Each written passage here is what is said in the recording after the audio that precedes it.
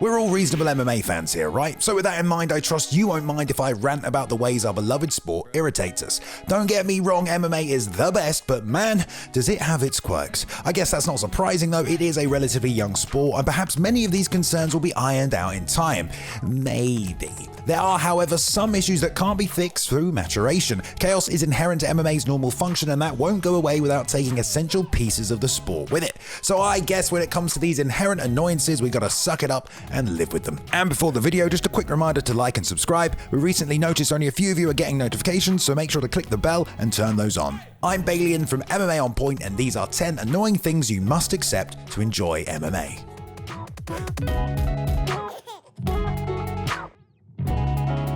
Number 10. Terrible officiating and questionable rules. We've had lots of incidents with referees. To be removed in the middle of a card. He was supposed to ref late. We've removed guys in the middle of cards too. MMA has many skilled officials, but some are straight up bad at their jobs. For referees, we have the usual suspects in Steve Mazzagatti and Mario Yamasaki, and they've stood out ever since Dana White made them famous. He declared that Mazzagatti shouldn't be allowed to watch MMA, let alone referee it, and after Yamasaki allowed Valentina Shevchenko's massacre of Priscilla Cachoeira, the boss demanded commissions ban him from working future MMA events. Yamasaki didn't do himself any favors when attempting to justify his inaction either, explaining he was only giving Cachoeira a chance to be a warrior.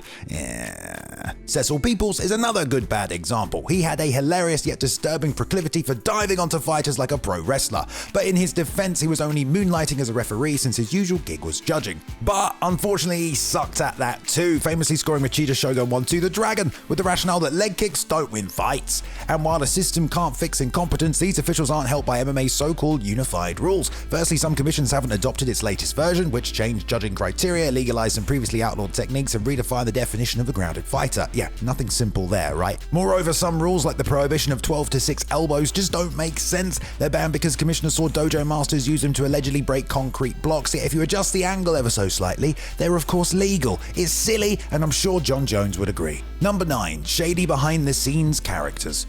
Part of MMA's charm is that it's built on a hodgepodge of diverse personalities. In its formative years in Japan, it primarily attracted shoot wrestlers, but when it was imported to the US, it cast a much wider net. Martial artists still flock, but it appeals to mavericks too, and with that came unscrupulous individuals like Joe Sun, a man who's currently serving life in prison for horrific crimes. It got suspect behind the scenes too, and Pride might have been the best example of that with the whole Yakuza thing. And sure, these are old school cases, but the truth is MMA hasn't totally cleaned up its act. Darren Till recently came under fire for his friendship with mob boss Daniel Kinahan, the head of the same cartel Conor McGregor apparently brushed shoulders with in the past. McGregor also made headlines before his fight with Khabib when he took aim at Ali Abdelaziz, one of MMA's most influential managers, and a man who has been labelled a necessary evil. The Irishman called him a terrorist snitch, a reference to his alleged history as an FBI informant, which came about after he was reportedly jailed for forgery, among other things. And speaking of Khabib, his ties with Chechen dictator Ramzan Kadyrov can't be dismissed. Reportedly responsible for a litany of human rights atrocities, Kadyrov is heavily involved in MMA. He even held a show featuring children fighting without headgear. Regardless, the dictator attended his first UFC event last September, appearing on the broadcast while celebrating with Islam Makhachev. And like a dad playing hide and seek with their kid, we had to pretend that he wasn't there. Number 8. It's star-driven. When selling MMA to normies, one of Dana White's favorite piece of rhetoric is "the fighting is in our DNA" monologue.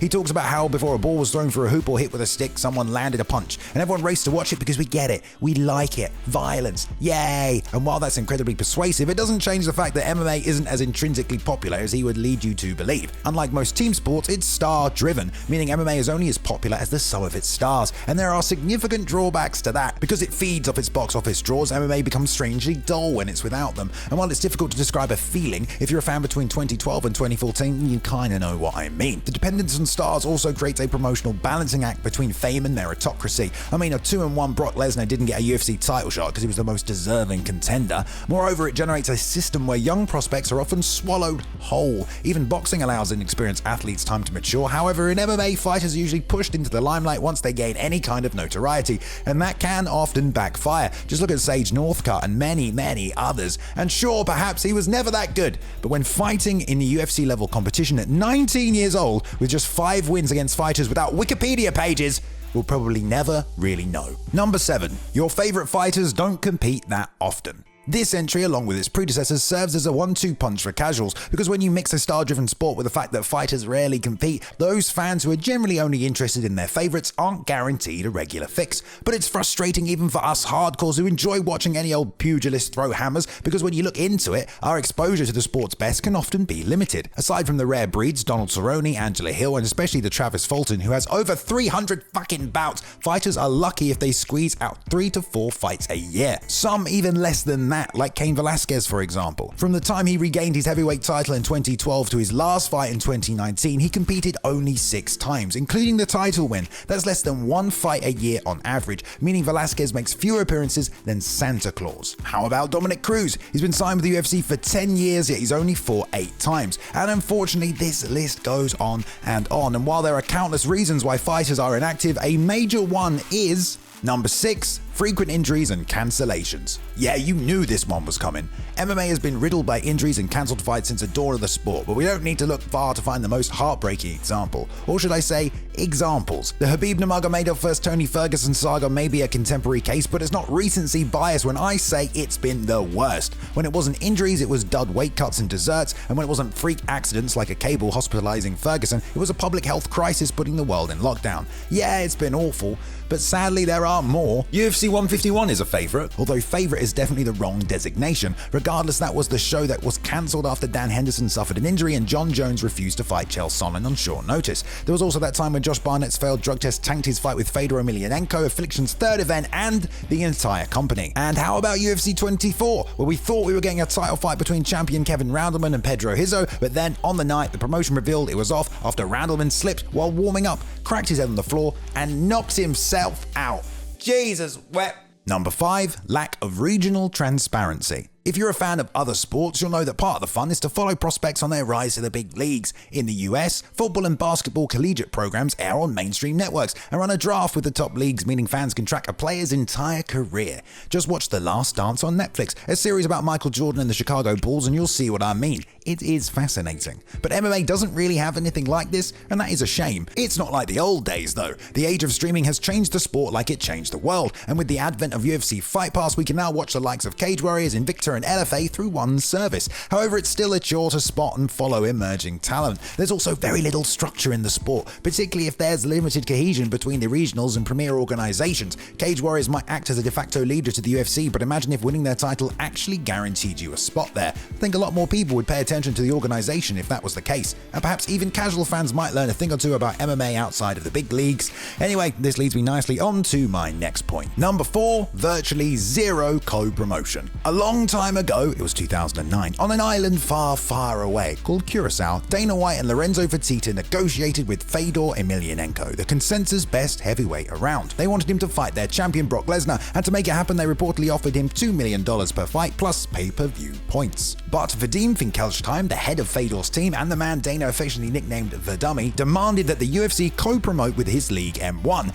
White and co refused, and the deal fell apart. And while a co-promotion made little business sense, it was the fans who ultimately missed out. But luckily it's not the biggest problem most of the time. Because the UFC is a monopsony, meaning they are by far the most dominant employer in the sport, matchups in demand usually happen. Still, like with the Fedor case, it doesn't always work out, and that's a damn shame. Regardless, even when the UFC can sign whoever they want, the sport can get stale under those stringent conditions. One of the most memorable things about the early to mid-2000s was Chuck Liddell entering into Pride Grand Prix as the UFC's representative. It felt like a big deal, but it was also that event which allegedly killed Dana White's desire to co-promote again after Pride failed to reciprocate with their talent despite reportedly agreeing to it. Nevertheless, now the UFC's stance has transformed MMA into a closed system, despite some flashes that it could open up with a rare talent trade in 2018 and crossovers between smaller promotions like Bellator and Ryzen. Number 3, relatively weak divisions. Don't get me wrong, you can find value while dumpster diving, but just because a weight class is trash relative to a gem like 155, that doesn't mean everyone else inside of it is too.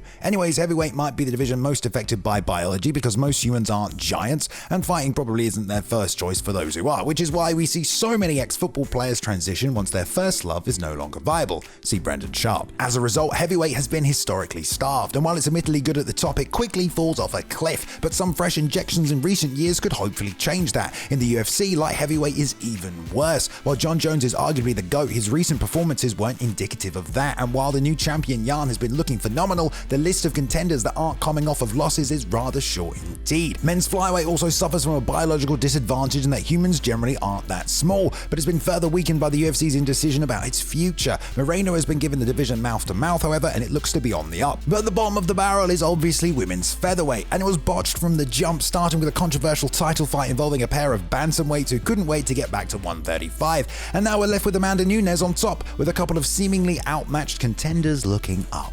Number 2, geographical limits. MMA has grown into a global sport, yet the UFC is still densely populated by a handful of nations. Based on recent data, approximately 52% of the fighters are American, 18% Brazilian, while Canadian, British, Russian, and Japanese fighters range between 2 to 6%, leaving the rest at 1% and below. And while that might not matter to you, especially if you're an American, it matters to fans from countries less served. They want that same feeling that the Irish had when their fighters kicked down their door in 2014 despite only 2 remaining. But there are reasons why this should matter to you, regardless of where you come from. Geographical limitations cause fighters to get stuck on their side of the world, which can suppress talent. Eastern European fighters are now finally getting their due in the UFC, but back in the day, it was really pride that elevated them, with the likes of Fedor Emelianenko, Igor Vachanchin, and Sergei Karatonov. And who knows, perhaps we wouldn't have seen them without the Japanese MMA boom. And honestly, that could be happening now. The UFC is clearly home to the best collection of elite fighters, but they don't have them all. And while some are scattered around North American organizations like Bellator, most undiscovered athletes from a casual fan perspective are internationally based.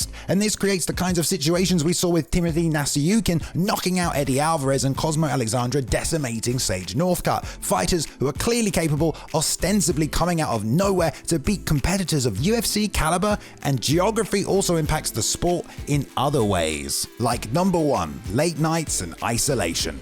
Yep, this one will hit home for European fans, and honestly, I feel your pain. And as I said, MMA has become a global sport, but the money still resides in the US, and therefore the UFC isn't in the business of adapting its programming for a European schedule, leaving us clinging to our coffee at 5 a.m. praying the main event doesn't go 5 rounds. Being an MMA fan, regardless of where you live, can be an isolating experience, because chances are your family and friends do not watch. This means we must resort to MMA Twitter for a communal experience on fight night, and while that helps, man, it would be nice to enjoy the sport like football fans enjoy theirs, alongside some other humans. But having said that, I'd probably take isolation over the alternative, watching fights with non-fans. I can just about deal with their hot takes about how Dustin got lucky against Conor, but having to painstakingly explain to the uninitiated why the guy on bottom doesn't just stand up and punch him in the face isn't how I want to spend my Saturday nights. No thank you. I'll take the solitude. And a big shout out to Lotten the Casual Veerkant for editing today's video, and you really should follow him at Lotten_Veerkant on Twitter. Shout out to Ben Rosette and the excellent music he provided during the intro video. His music can be found on streaming platforms everywhere. There is a link in the description, and follow him at Ben Rosette on Instagram and on Twitter. Thanks so much for watching today, guys. Remember to like and subscribe. I'll see you in the next one.